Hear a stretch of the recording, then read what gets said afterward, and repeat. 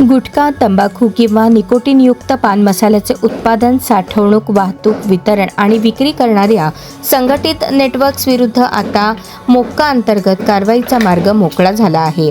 अन्न व औषध प्रशासनाने याबाबत महत्त्वपूर्ण पाऊल उचलले असून पात्र प्रकरणांमध्ये महाराष्ट्र संघटित गुन्हेगारी नियंत्रण अधिनियम लागू करण्याचे स्पष्ट निर्देश देण्यात आले आहेत. नागपूर हिवाळी अधिवेशनात मुख्यमंत्री देवेंद्र फडणवीस यांनी गुटखा व्यवसायाशी संबंधित संघटित गुन्हेगारीवर मोक्का लागू करता येऊ शकतो अशी माहिती विधानसभेत दिली होती.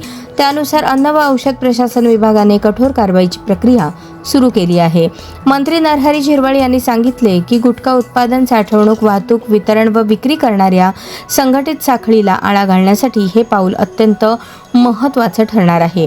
अन्न व औषध प्रशासन आयुक्त तुकाराम मुंढे यांनी सर्व क्षेत्रीय अधिकाऱ्यांना आदेश देत गुटखा आणि तत्सम प्रतिबंधित तंबाखूजन्य पदार्थांच्या बेकायदेशीर व्यवसायात सहभागी असलेल्या संघटित नेटवर्क्स विरुद्ध पात्र प्रकरणांमध्ये मोक्का लागू करण्याची कार्यवाही करण्यास सांगितले आहे.